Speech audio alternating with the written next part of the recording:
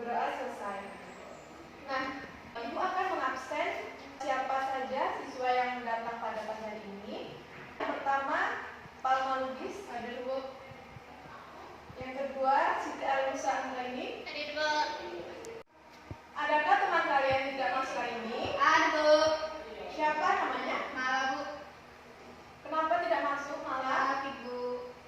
Baiklah, kita doakan semoga teman kita cepat sembuh ya. Amin. Ibu akan mengingatkan kembali tentang materi yang sebelumnya kita telah pelajari di minggu yang lalu, yaitu tentang ikatan kimia. Nah, apakah anak-anak ibu sekalian ada yang masih ingat apa jenis-jenis dari ikatan kimia itu? Saya, Bu. Ya, silakan Elsa. Jadi, Bu, jenis ikatan kimia itu ada ikatan ion, ada juga ikatan kovalen, Bu. Bagus sekali Elsa jawabannya. Masih ada 3 lagi jenis dari ikatan kimia. Ada yang tahu? Bu, Ya, silakan Alvin. ya, ada ikatan van der Waals, ikatan hidrogen, sama ikatan logam, Bu. Nah, jadi benar ya yang dikatakan oleh saudara Alin dan juga Elsa bahwa ikatan kimia itu ada 5 jenis ikatan, yaitu ada ikatan ion, ikatan kovalen, ikatan logam, ikatan van der Waals, dan juga ikatan hidrogen. Nah, Ibu akan bertanya lagi, siapa di antara kalian yang masih ingat apa itu ikatan ion? Saya, Bu. Nah, baik, silakan Palma. Ikatan ion adalah ikatan yang terjadi karena serah terima elektron, Bu. Bagus sekali jawabannya. Jadi ikatan ion adalah ikatan yang terjadi akibat serah terima elektron ya.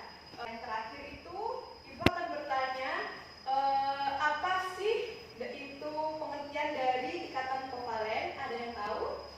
Saya, Bu. Ya, silakan Elsa. Jadi, ikatan kovalen itu adalah ikatan yang terjadi karena adanya pemakaian bersama pasangan elektron, Bu. Oke, bagus sekali jawaban dari Elsa. Jadi itu ya yang disebut ikatan kovalen. Alhamdulillah anak-anak sekalian, anak-anak ibu semuanya masih ingat tentang materi kita sebelumnya. Nah, baiklah untuk materi kita hari ini yaitu tentang materi larutan elektrolit dan non-elektrolit. Di mana di sini kita akan mempelajari tentang terlebih dahulu tujuan dari pembelajaran kita pada pagi hari ini, yaitu dapat mengetahui pengertian larutan elektrolit dan non-elektrolit. Yang kedua, dapat mengidentifikasikan sifat-sifat larutan elektrolit dan non-elektrolit. Dan yang terakhir, dapat mengelompokkan larutan ke dalam larutan elektrolit dan non-elektrolit berdasarkan sifat hantaran listriknya. Nah, di sini materi yang kita akan pelajari yaitu tentang larutan. Larutan berdasarkan daya hantar listriknya itu ada 2, ada larutan elektrolit dan non-elektrolit. Kemudian larutan elektrolit ini dibagi lagi menjadi 2 bagian, yaitu elektrolit kuat dan elektrolit lemah. Baiklah anak-anak semuanya, pernahkah kalian melihat seseorang yang mancing ikan dengan cara disetrum? Pernah, Bu. Pernah, Bu. Nah, kenapa ikannya menjadi lemas ataupun bahkan bisa mati ketika kawat yang dialiri arus listrik itu ke dalam air? Nggak tahu, Bu. Jadi kita akan mempelajari materi ini sesuai dengan ada kaitannya sesuai dengan materi elektrolit dan elektrolit. Oke, Bu ingin bertanya, adakah yang tahu apa sih itu larutan?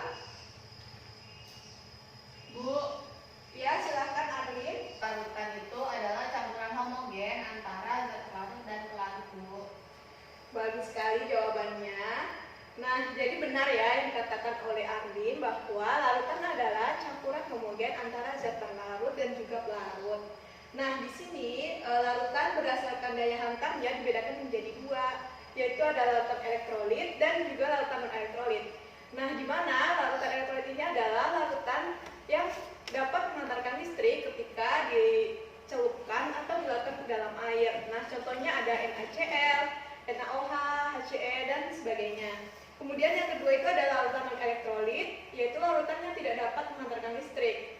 contohnya ada larutan gula, urea, dan juga etanol.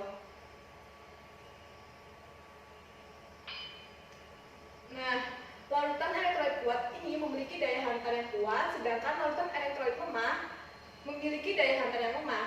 Senyawa ionik dan juga senyawa kovalen polar ini biasanya itu bersifat elektrolit. Nah, sedangkan molekul nonpolar biasanya bersifat non-elektrolit.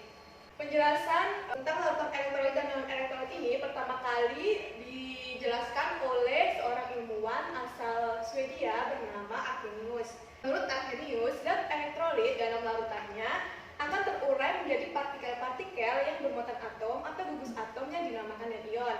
Nah, ion-ion ini dari zat elektrolit tersebut selalu bergerak bebas, dan ion-ion inilah yang sebenarnya dapat menghantarkan arus listrik di dalam larutan. Nah, seperti alat setrum ikan untuk menangkap ikan di sungai tadi, nah di dalam air sungai terdapat partikel-partikel yang mengandung ion-ion yang dapat menghantarkan arus listrik, sehingga ikan akan lemas ataupun mati. Selanjutnya itu ada jenis larutan elektrolit berdasar daya hantar listriknya itu tadi sudah dikatakan bahwa ada dua, yaitu elektrolit kuat dan juga elektrolit lemah.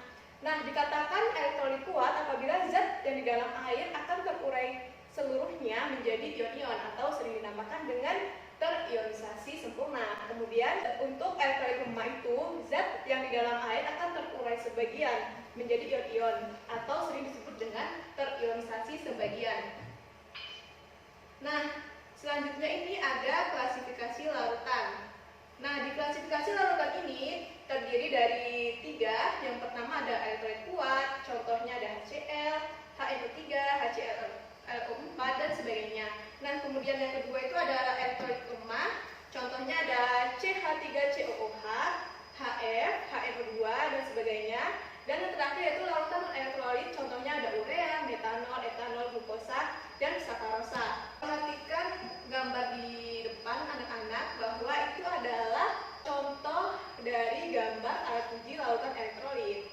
Nah, di mana ini akan kita lihat di dalam video yang akan Ibu tayangkan nantinya. Coba anak-anak lihat slide PPT yang ada di depan. Apa yang dapat kalian amati dari ilustrasi di PPT tersebut? Bu, Silahkan Elisa. Bu, kenapa ketika NaCl dilarutkan di dalam air itu menghasilkan nyala lampu yang lebih terang dari yang lainnya?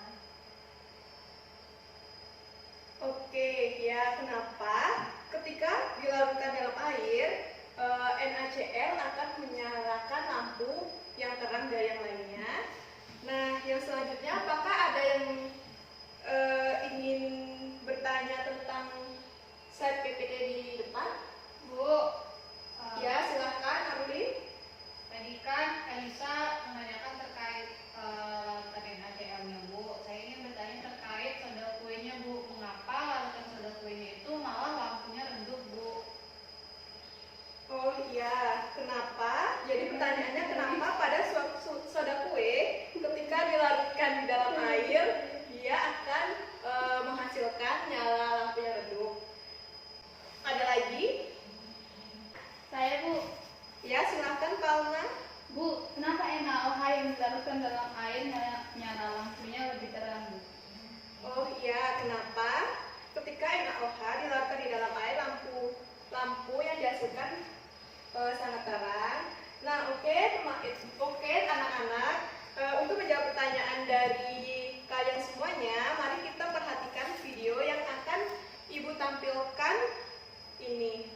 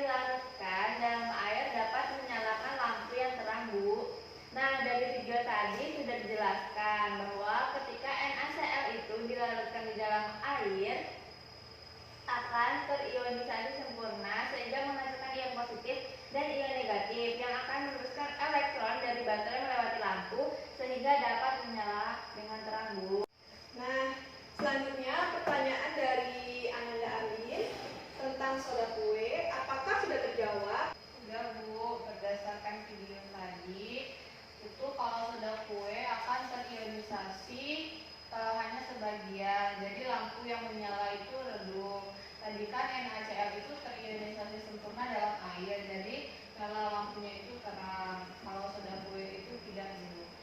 Bagus sekali jawabannya. Selanjutnya yaitu pertanyaan dari Palma. Apakah sudah terjawab melalui video yang sudah Ibu tampilkan tadi? Sudah Bu. Ya, Jadi, silakan. dari video itu dapat kita jawabannya yaitu bahwa NaO itu ketika dilarutkan dalam air akan terionisasi sempurna sehingga menghasilkan ion positif dan negatif yang akan meneruskan elektron dari baterai ke lampu sehingga dapat menghasilkan lampu yang terang.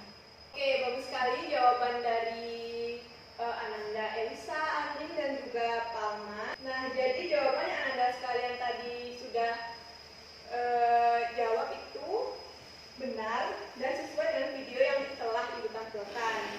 Nah, untuk lebih meningkatkan pemahaman Ananda sekalian, Ibu akan membagikan LKPD kepada kalian yang berisi dengan beberapa soal-soal yang berkaitan dengan materi kita hari ini.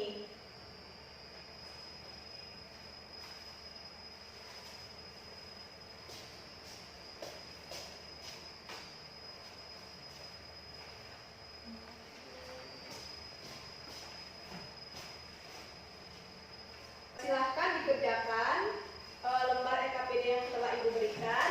Ibu beri waktu selama 20 menit untuk mengerjakan LKPD. Nah, sebelum kalian mengerjakan, kalian harus membaca dahulu petunjuk dari pengerjaan LKPD yang ada di meja kalian. Silahkan dikerjakan.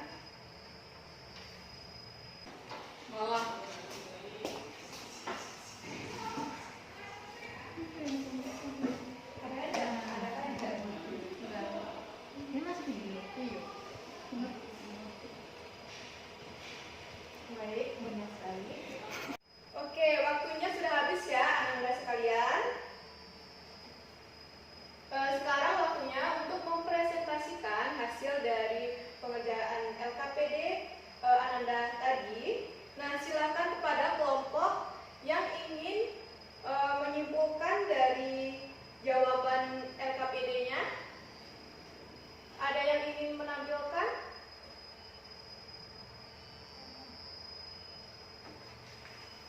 Saya Bu.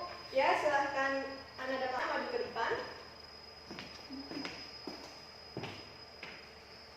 Baiklah, selamat pagi teman-teman. Pagi. Kami dari kelompok 2 akan mempresentasikan hasil diskusi kami mengenai larutan elektrolit dan non-elektrolit. Nah, untuk pertanyaan pertama, kelompok larutan elektrolit dan non-elektrolit ada larutan NaCl, lampu menyala terang. Kemudian banyak terdapat gelembung, ini termasuk kelompok elektrolit kuat. Nah, yang kedua itu NaOH yang lampunya menyala, banyak gelembung maka termasuk elektrolit kuat. Yang ketiga CH3COOH, lampu redup dan gelembung sedikit, maka dikelompokkan menjadi elektrolit yang lemah. Nah, yang keempat yaitu NaHCO3, nyala lampu redup sedikit gelembung maka dikelompokkan menjadi elektron lemah. Kemudian yang terakhir pada larutan gula lampu tidak menyala dan tidak terdapat gelembung maka digolongkan ke dalam larutan non-elektrolit. Baiklah, sekian dari jawaban kelompok ini. Oke, baiklah, terima kasih kepada kelompok 2. Mari kita beri tepuk tangan kepada kelompok 2. Silakan duduk karena ada Palma. Kasih Bu.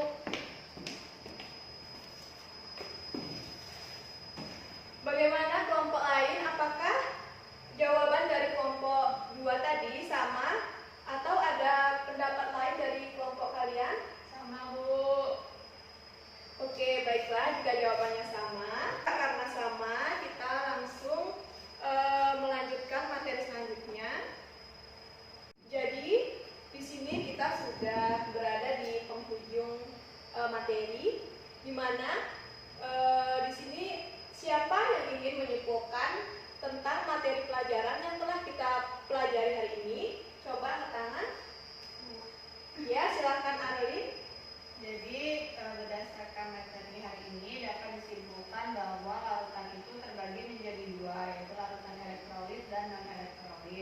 Nah, larutan elektrolit itu terbagi menjadi dua pula, yaitu larutan elektrolit kuat dan elektrolit lemah. Nah, kalau elektrolit kuat itu merupakan larutan yang dapat menyalakan lampu dengan terang dan terdapat banyak gelembung gas, contohnya itu HCl. Terus kalau elektrolit lemah itu larutan yang menghasilkan nyala yang redup pada lampu dan menghasilkan sedikit gelembung, contohnya itu NaHCO3. Kalau contoh dari larutan non-elektrolit itu ada larutan gula, Bu. Ya, bagus sekali kesimpulan yang telah Ananda Andin berikan. Nah, Ibu tambahkan jika pada larutan elektrolit kuat itu ada dari basa kuat dan asam kuat, dan sedangkan pada elektrolit lemah itu ada dari asam lemah dan juga basa lemah. Baiklah, untuk lebih memantapkan lagi konsep dari materi elektrolit dan non-elektrolit